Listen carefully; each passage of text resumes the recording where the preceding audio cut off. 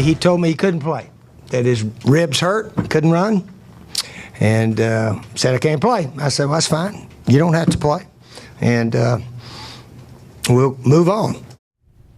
Ah, Jadeveon Clowney, the trials and tribulations with his coach, Steve Spurrier at South Carolina.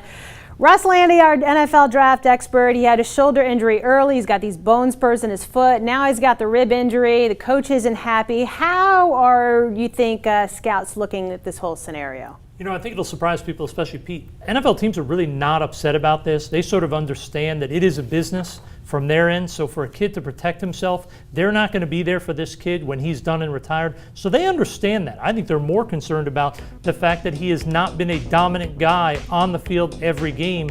And yes, no question he'll be a top 10 pick because of his talent. But a lot of guys that have had that issue coming out of college, not being dominant guys all the time, have ended up failing in the NFL because their motor doesn't go all the time. So how do you think a lack of a consistent motor affects the actual draft position? I think it's going to affect it for certain coaches. Certain coaches are going to see it and they're going to be like, hey, I want that guy who's a train killer who's going to go out there and dominate every game. But to some teams, they're just going to say, you know what, the GM's going to overrule him and say, this guy's a rare talent, probably the best in 10 years that's come out at defensive end. We're going to take the gamble that we can motivate him to play hard every snap. Well, you're dealing with sort of a similar situation with Colt Laierla, who's left Oregon. How is the talent for him versus how he decided to bail on the season? Teams aren't really shocked he bailed on the season. They sort of had a feeling something was going to give. They like his talent. They think he's a very gifted guy with natural hands who can make an impact in games. They view him as probably a second rounder, not a first rounder, because there's so many talented offensive weapons in this year's draft. But they want to find out what makes this kid tick. There are a lot of concerns about, is he mature enough to handle being a professional athlete? Will he do the things away from the field to be productive on the field when he's in the football offices? So there's a lot of questions. He could end up being a late round pick if he doesn't answer those well during the interview process. Saw something from Peter King I wanted to show you regarding the number of quarterbacks he's given first round grades to. Actually, 9 of them. Bridgewater, Murray, you see all of the names right there.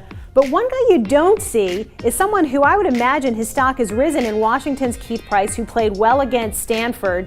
Fair to say?